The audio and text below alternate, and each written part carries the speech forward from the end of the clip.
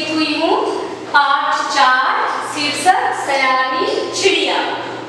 पाठ 3 हम कर चुके हैं, 2 कर चुके, 1 कर चुके। अच्छा चलिए एक बार रिवाइज करते हैं। पहला पाठ क्या था, याद कीजिए। पहला पाठ था तुम्हारी याद और दूसरा आम का पेड़। और तीसरा पाठ क्या था, तीसरा पाठ था रबड़ की कहानी। यानी कि क्या क्या पढ़ चुके हम, तुम्हारी याद, आम का पेड़, रबड़ की कहानी और अब सयानी चिड़िया। मुझे उम्मीद है आप सभी अपने पिछले चैप्टर्स के क्वेश्चन आंसर्स और चैप्टर अच्छे से पढ़ रहे हैं। सारा काम आपने कॉपी में भली भांति कर लिया होगा। चलिए अब आप सब अपना बुक निकालिए, पुस्तक निकालिए। सुबोध भारती भाग 2 पृष्ठ संख्या 26 यानी 26, पेज नंबर 26। सयानी चिड़िया पढ़े। पहले उच्चारण अभ्यास करते हैं। चिड़िया मेरे साथ बोलेंगे। चिड़िया, खिड़की, दस्तक, नील, पंख, मेहंदी, तड़पाती। चिड़िया, खिड़की, दस्तक, नील, पंख, मेहंदी और तड़पाती। चलिए अब कविता पढ़ते हैं। पहले गाना गाती चिड़िया, पीछे दाना खाती चिड़िया। पहले गाना गाती चिड़िया, पीछे दाना खाती चिड़िया। यानी चिड़िया क्या करती है, पहले गाना गाती है फिर दाना खाती है। यानी चिड़िया जब आती है पहले चहचहाती है ना और उसके बाद दाना उठाती है। खिड़की खिड़की दस्तक देकर घर के भीतर आती चिड़िया। कोमल कोमल तिनके चुनकर अपना नीड़ बनाती चिड़िया। फिर से सुनिए। खिड़की खिड़की दस्तक देकर घर के भीतर आती चिड़िया। कोमल कोमल तिनके चुनकर अपना नीड़ बनाती चिड़िया। यानी चिड़िया कैसे आती है हमारे घर में, खिड़कियों पे दस्तक देकर। दस्तक देना मतलब खटखटाना। जब चिड़िया हमारे खिड़कियों पे आती है तो हमें आवाज होती है ना, यानी चिड़िया दस्तक दे रही है कि मैं आ रही हूँ। कोमल कोमल तिनके चुनकर अपना नीड़ बनाती चिड़िया। नीड़ का मतलब क्या होता है, घोंसला। पक्षियों के रहने का घर या पक्षियों का घर क्या होता है, क्या कहते हैं उसे, घोंसला, और उसे ही नीड़ भी कहते हैं। कोमल कोमल तिनके चुनकर अपना नीड़ बनाती चिड़िया। यानी चिड़िया का नीड़ यानी घोंसला किस चीज का बना हुआ होता है, तिनके का। कभी धूल में कभी ताल में धो धो पंख नहाती चिड़िया। कभी धूल में कभी ताल में धो धो पंख नहाती चिड़िया। काजल मेहंदी कंगन लेकर 16 रूप सजाती चिड़िया। यानी चिड़िया कभी किस चीज में धोती है अपने पंख, कभी धूलों में अपने पंख धोती है और कभी ताल में। ताल का मतलब होता है ताला, पौंड, है ना। कभी धूल से अपने पंखों को धोती है और कभी तालाब के पानी से। काजल मेहंदी कंगन लेकर 16 रूप सजाती चिड़िया। फिर से सुनिए। कभी धूल में कभी ताल में धो धो पंख नहाती चिड़िया। कभी धूल में और कभी ताल में अपने पंख धोकर चिड़िया नहाती है। काजल मेहंदी कंगन लेकर 16 रूप सजाती चिड़िया। चिड़िया काजल मेहंदी और कंगन से अपना 16 रूप सजाती है। और सयानी बिटिया जैसी देश छोड़ उड़ जाती चिड़िया। भूली बिसरी यादें बनकर बहुत बहुत तड़पाती चिड़िया। और फिर चिड़िया क्या करती है, सयानी बिटिया की तरह देश छोड़कर उड़ जाती है। सयानी मतलब बुद्धिमान, बुद्धिमती, है ना। तो चिड़िया ये सारी चीजें करके, गाना गा के, दाना खा के, धूल और ताल में नहा के, श्रृंगार करके एक सयानी बिटिया की तरह देश छोड़कर उड़ जाती है और उसकी भूली बिसरी यादें बहुत ही तड़पाती है। यहाँ पे चिड़िया को बिटिया के जैसा कहा गया है। क्यों ये पंक्ति कही गई है कि और सयानी बिटिया जैसी देश छोड़ उड़ जाती चिड़िया, भूली बिसरी यादें बनकर बहुत बहुत तड़पाती चिड़िया। क्योंकि जिस तरह बेटी भी अपने माता पिता के घर में रहती है, गाती है, खाती है और फिर एक दिन उड़ जाती है, यानी अपने ससुराल चले जाती है, एक घर को छोड़ के दूसरे घर में चली जाती है और फिर उसकी यादें तड़पाती है। उसी तरह चिड़िया को भी बिटिया के समान ही कहा गया है, जो हमारे घर के अंदर आती है, दाना चुगती है और फिर उड़ जाती है। अच्छी लगी कविता आप लोगों को? अब आपको इस कविता को बार बार पढ़ना है और याद करना है। चलिए आप शब्दार्थ पढ़ लेते हैं। पहला शब्द है दस्तक देना, यानी खटखटाना, 9। दूसरा शब्द है नीर, पहले भी बताया मैंने, नीर का अर्थ है घोंसला। तीसरा शब्द है ताल, ताल का अर्थ होता है तालाब यानी कि पौंड। चौथा शब्द है सयानी, सयानी यानी बुद्धिमान। बच्चों ये सयानी चिड़िया पाठ 4 आप सबको अच्छे से पढ़ना है और याद करना है। मुझे उम्मीद है आप सबको ये कविता पढ़ते हुए बहुत आनंद आया और आगे भी जब आप पढ़ेंगे आपको बहुत आनंद आएगा। इसके आगे अब हम अभ्यास कार्य करेंगे। अच्छा तो बच्चों सयानी चिड़िया कविता पढ़ ली आपने, अब अभ्यास की बारी है।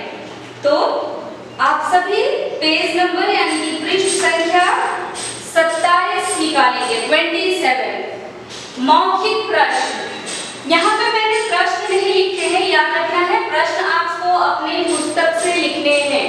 प्रश्न पुस्तक से लिखेंगे, उत्तर यहाँ से लिखेंगे। अगर फिर भी आपको दुविधा हो रही है, फिर भी परेशानी हो रही है, तो आपके पास PDF जाएगा जिसमें प्रश्न और उत्तर दोनों ही लिखे हुए हैं।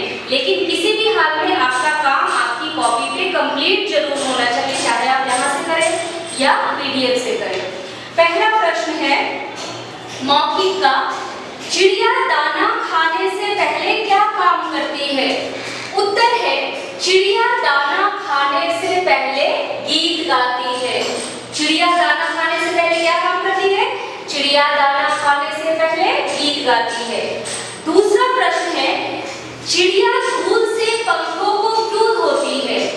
उत्तर है चिड़िया धूल और ताल से पंखों को धोकर नहाती है। चिड़िया धूल और ताल से पंखों को धोकर नहाती है, यानी चिड़िया धूल से अपने पंखों को साफ करने के लिए धोती है। तीसरा प्रश्न है चिड़िया बहुत तड़पाती है, किसे और क्यों तड़पाती है? उत्तर है सयानी बिटिया की तरह चिड़िया घर देश छोड़कर उड़ जाती है और अपनी यादों से सबको तड़पाती है। जिस तरह बेटी के जाने के बाद घर में उसके माता पिता तड़पते हैं ना उसकी यादों से, वैसे ही चिड़िया बेटी की तरह, जैसे मैंने कविता में बताया हम लोगों को, आती है, गीत गाती है, दाना चुगती है और फिर उड़ जाती है और हमें याद आती है, उसकी यादें हमें तड़पाती हैं। अब लिखित प्रश्न, लिखित का पहला प्रश्न है चिड़िया घर के भीतर कैसे आती है? उत्तर है चिड़िया घर के भीतर खिड़की से दस्तक देकर आती है। चिड़िया घर के भीतर खिड़कियों से दस्तक देकर आती है। लिखित प्रश्न में दूसरा प्रश्न है चिड़िया अपने घोंसले को किससे बनाती है? उत्तर है चिड़िया अपना घोंसला कोमल तिनकों से बनाती है। चिड़िया अपना घोंसला कोमल तिनकों से बनाती है। तीसरा प्रश्न है चिड़िया अपने आप को कैसे सजाती है?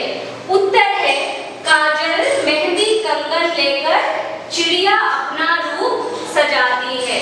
काजल, मेहंदी, कंगन लेकर चिड़िया अपना रूप सजाती है। चौथा प्रश्न है, चिड़िया को बिटिया जैसी क्यों कहा गया है? चौथा प्रश्न है, चिड़िया को बिटिया जैसी क्यों कहा गया है? उत्तर है, चिड़िया को बिटिया जैसा कहा गया है क्योंकि दोनों ही एक घर छोड़ उड़ जाती है, चली जाती है। दोनों ही एक घर छोड़ उड़ जाती है या चली जाती है। लिखित प्रश्न में चौथा प्रश्न है, चिड़िया को बिटिया जैसी क्यों कहा गया है? उत्तर है, चिड़िया को बिटिया जैसी कहा गया है क्योंकि दोनों ही घर छोड़ उड़ जाती है, चली जाती है।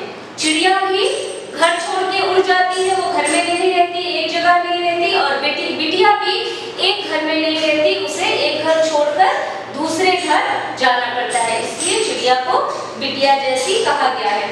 अब बच्चों पांचवा प्रश्न है जो कि मैंने यहाँ पे नहीं लिखा है, कविता की पंक्तियां पूरी कीजिए। कविता की पंक्तियां पूरी कीजिए।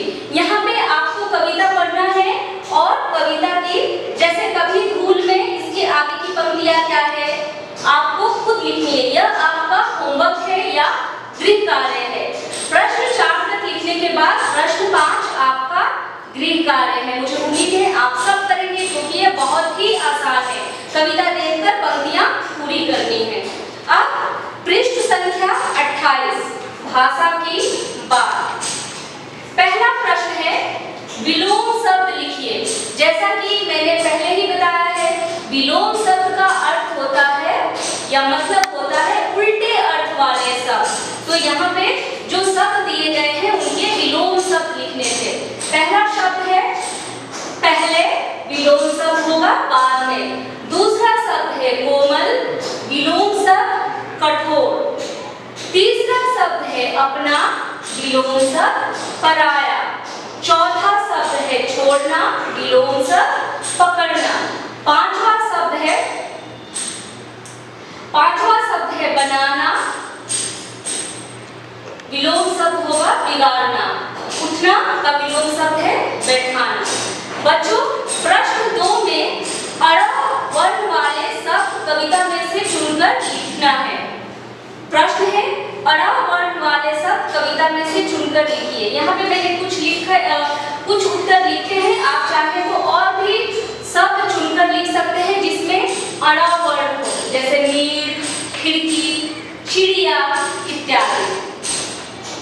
अब प्रश्न 3, उदाहरण देखकर रेखा द्वारा मिलान कीजिए। पहले हमें मैचिंग करना है, पहले क्या करना है मैच करना है और उसके बाद यहाँ पे लिखना है। जैसे कोमल, उत्तर क्या, कोमल को किसके साथ मैच करेंगे, मिलाएंगे तिनके के साथ। उसके बाद लिखना है हमें कोमल तिनके।